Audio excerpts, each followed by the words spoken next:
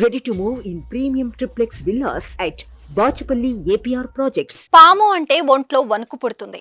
అది కనిపిస్తే ఆమడ దూరం పరుగు పెడతారు. కానీ పాము కాటేస్తే పరిస్థితి ఏంటి? ఇక్కడ ఓ మహిళకు అదే జరిగింది. పాము కాటేసింది. కానీ తర్వాత ఆ మహిళ ఏం చేసిందో తెలిస్తే నిజంగా షాక్ కు గురవుతారు. ఆ మహిళ చేసిన పనికి డాక్టర్లు కూడా అవాక్కయ్యారు. అసలేం జరిగిందో తెలుసా?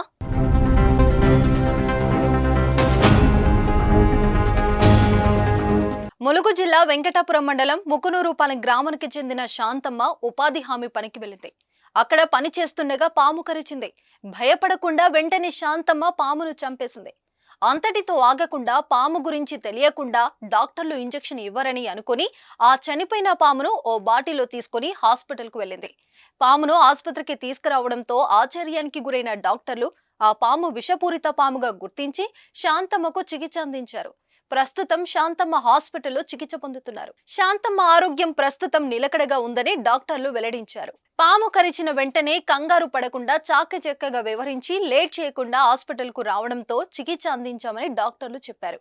ఇంకొంచెం లేట్ అయితే విషం మొత్తం ఒళ్లంతా వ్యాపించే ప్రమాదం ఉందని చెప్పారు.